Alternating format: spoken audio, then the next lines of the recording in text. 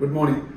നമ്മൾ PSCയുടെ ഈ മാസത്തെ മൂന്നാമത്തെ വീഡിയോ പ്രിപ്പയർ ചെയ്യാണ്. PSC current affairs 3rd week of December. അതാണ് നമ്മളുടെ ഇന്നത്തെ വീഡിയോ എന്ന് പറയുന്നത്. അപ്പോ ഡിസംബർ മാസത്തെ മൂന്നാമത്തെ വീഡിയോ നമുക്ക് സ്റ്റാർട്ട് ചെയ്യാം.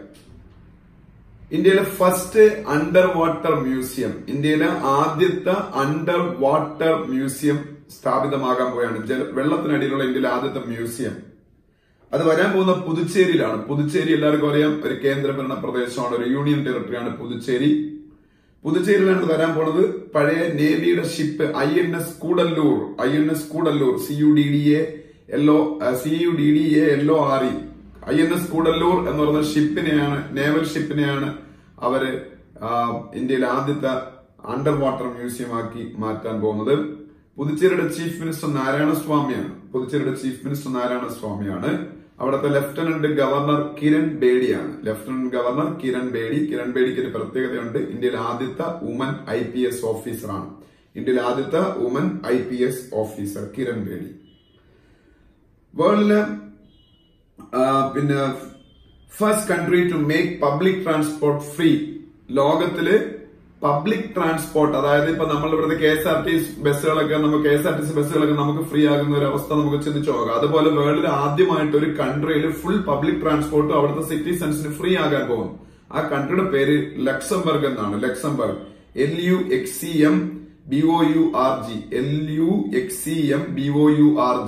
Luxembourg is a European Union കൺട്രിയാണ്.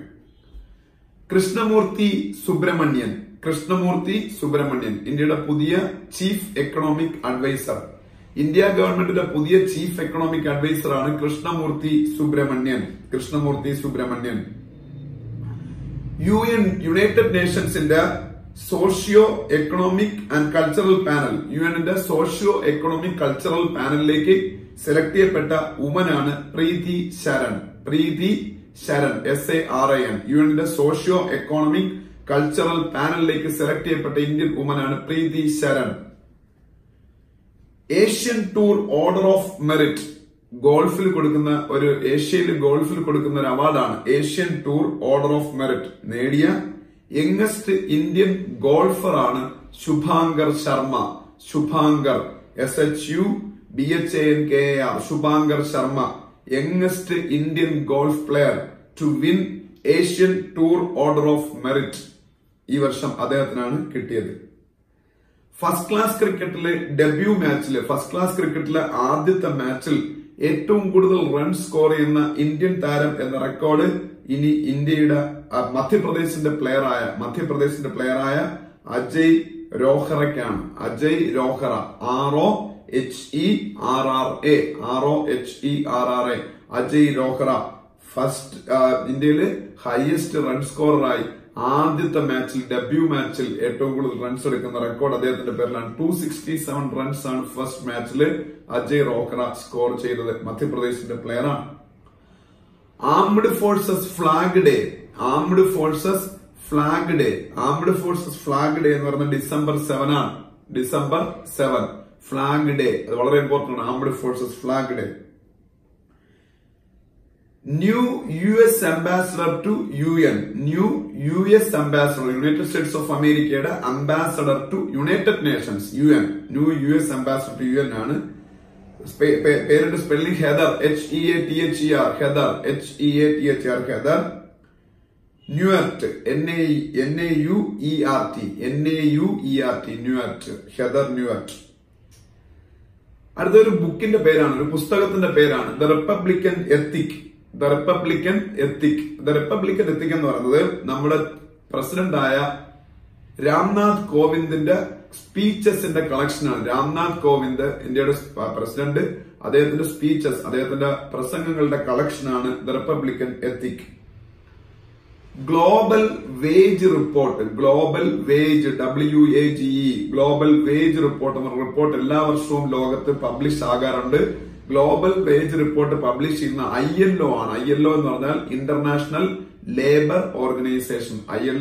International labour Organization ആണ് ഗ്ലോബൽ വേജ് റിപ്പോർട്ട് പ്രിപ്പയർ ചെയ്യുന്നത്. ഇന്റർനാഷണൽ ലേബർ ഓർഗനൈസേഷൻ ILOയുടെ ഡയറക്ടറാണ് Guy Ryder. GUY, Guy Ryder, RYDER. Guy Ryder is the Director General of ILO, International Labour Organization.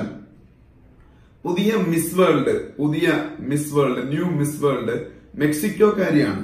New miss വേൾഡിന്റെ പേര് Vanessa, VANESSA, Vanessa pounds, POUNCE, pounds, DE Leon, LEON.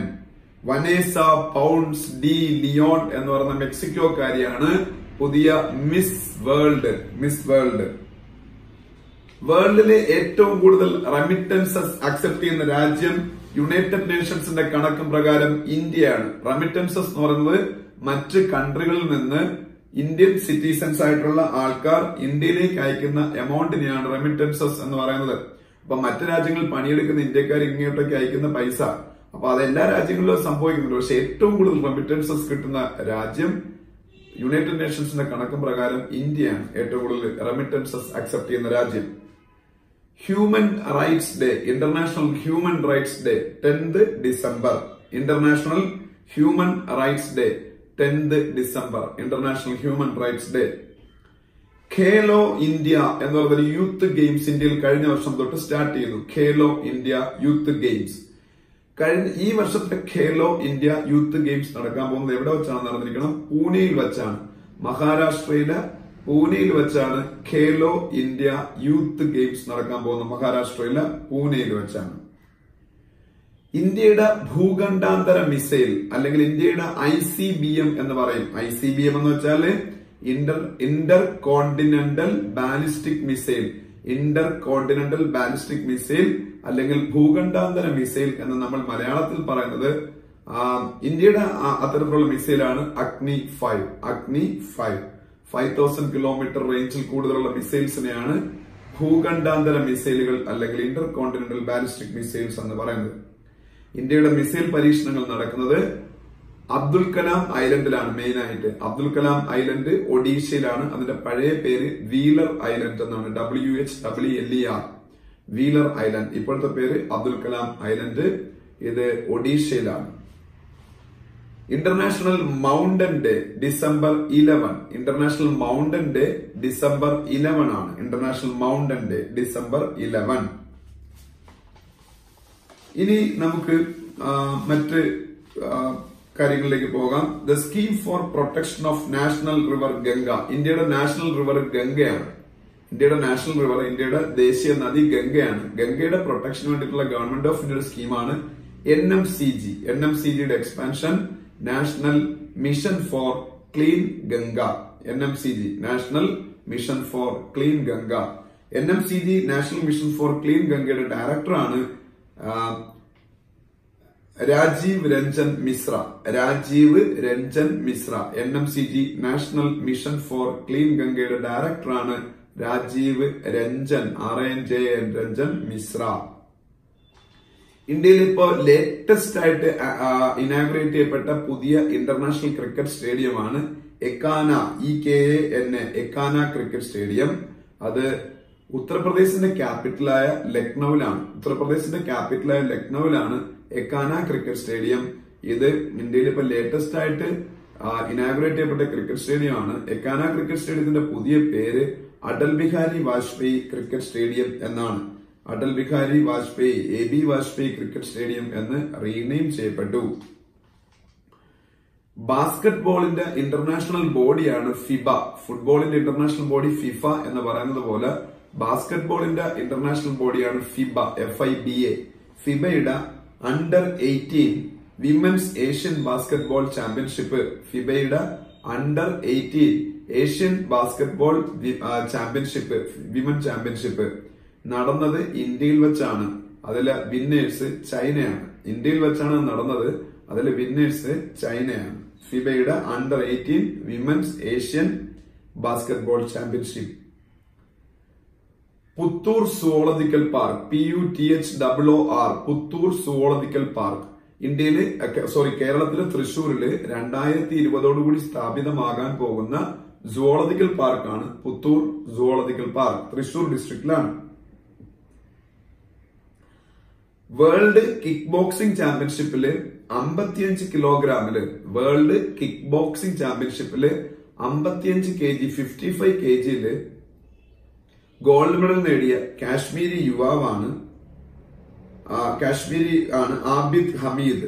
Abid Hameed ABID Abid Hameed HAMED Abid Hameed world kick boxing ചാമ്പ്യൻഷിപ്പില് 55 kgയിൽ gold medal നേടിയ കാശ്മീരി. മത്സ്യകൃഷി കേരളത്തില് വ്യാപകമാക്കാൻ വേണ്ടിയിട്ട്, മത്സ്യകൃഷി popularise ചെയ്യാൻ വേണ്ടിയിട്ട് കേരളത്തിലെ ഫിഷറീസ് ഡിപ്പാർട്ട്മെന്റ് നടപ്പാക്കുന്ന സ്കീമാണ് മുറ്റത്തൊരു മീൻതോട്ടം സ്കീം ഫോർ പോപ്പുലറൈസിംഗ് മത്സ്യകൃഷി ഇൻ ഹൗസസ്. ആൾക്കാരുടെ വീടുകളിൽ പോപ്പുലറൈസ് ചെയ്യുന്നതിനുള്ള സ്കീമാണ്. സെൻട്രൽ ഗവൺമെന്റിന്റെ ടീച്ചേഴ്സിന്റെ ക്വാളിറ്റി ഇംപ്രൂവ് ചെയ്യാനുള്ള 2 സ്കീമുകളാണ് നമ്മളെ ഇന്ത്യയില് എസ്പെഷ്യലി ഹയർ എഡ്യൂക്കേഷൻ സെക്ടറിൽ പഠിപ്പിക്കുന്ന ടീച്ചേഴ്സിന്റെ ക്വാളിറ്റി ഇംപ്രൂവ് ചെയ്യുന്നതിന് വേണ്ടിയിട്ടുള്ള സെൻട്രൽ ഗവൺമെന്റ് 2 സ്കീമുകളുടെ പേര് പറയാം. ഒന്നാമത്തെ സ്കീം ക്യാപിറ്റൽ ലെറ്റേഴ്സ് വേണം എഴുതാൻ, ലീപ്പ് ആണ്. LEAP capital letters LEAP LEAP. അതിന്റെ expansion leadership for academicians programme എന്നാണ്. Leadership for academicians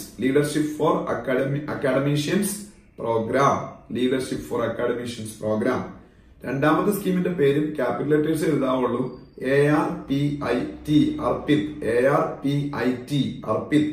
expansion annual refresher programme in teaching. Annual refresher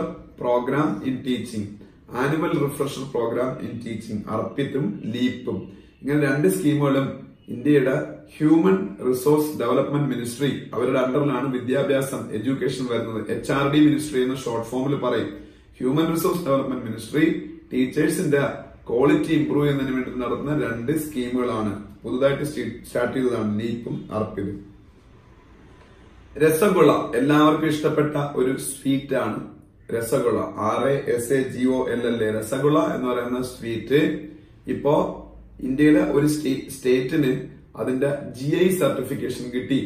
GI certification എന്ന് പറഞ്ഞാല് ജിയോഗ്രഫിക്കൽ ഇൻഡിക്കേഷൻ എന്ന് പറയുന്ന സർട്ടിഫിക്കേഷൻ ആണ്. GI certification geographical indication certification West ബംഗാളിനാണ്. അതായത് വെസ്റ്റ് ബംഗാളിന്റേതാണ് രസഗുള എന്നുള്ള ഒരു ഐഡന്റിഫിക്കേഷൻ ആണ് ഈ GI ടാഗ് വഴി വരെ കിട്ടുന്നത്, ജിയോഗ്രഫിക്കൽ ഇൻഡിക്കേഷൻ ടാഗ്.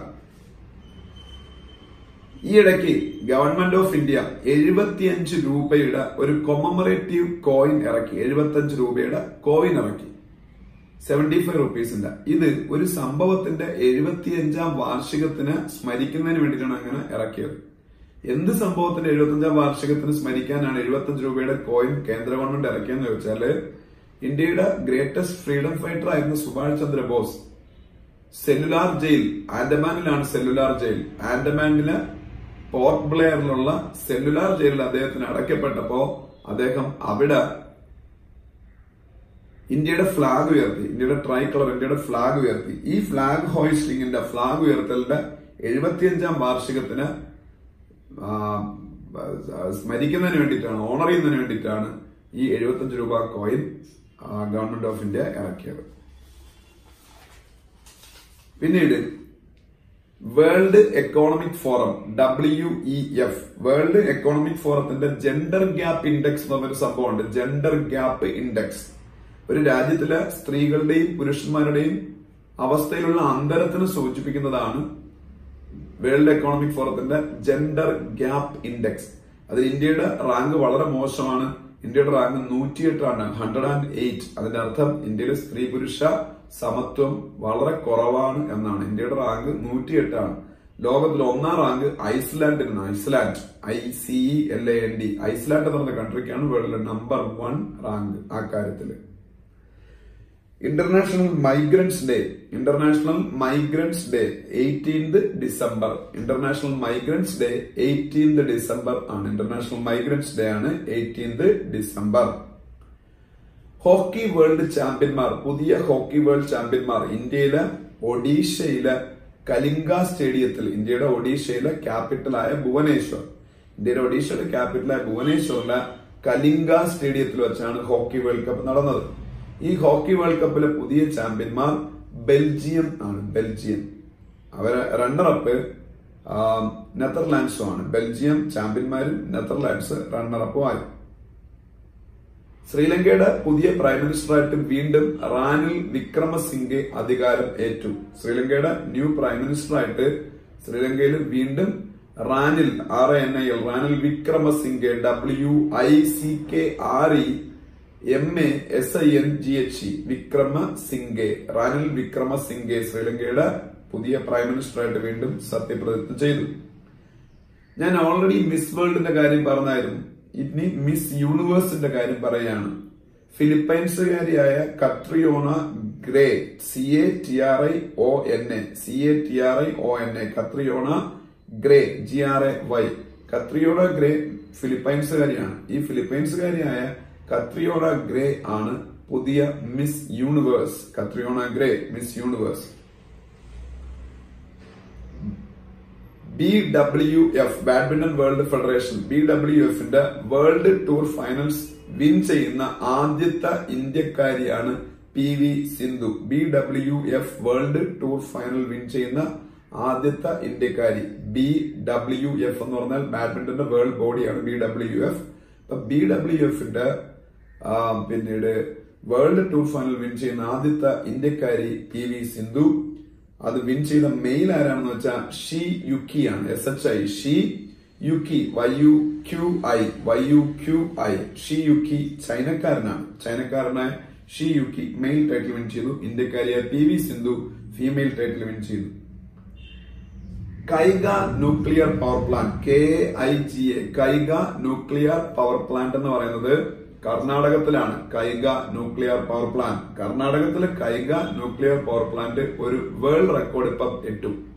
കർണാടകത്തിലെ കൈഗ ന്യൂക്ലിയർ പവർ പ്ലാന്റിന് ഇപ്പൊ കിട്ടിയ വേൾഡ് റെക്കോർഡ് എന്താണെന്ന് ചോദിച്ചാൽ കൈഗ ന്യൂക്ലിയർ പവർ പ്ലാന്റിലെ ഒരു യൂണിറ്റ്, അവിടെ പല യൂണിറ്റ്സ് ഉണ്ട്, അതിൽ ഒരു യൂണിറ്റ് 940 days 940 ദിവസം അൺഇന്ററപ്റ്റഡ് ആയിട്ട് പ്രവർത്തിച്ചു.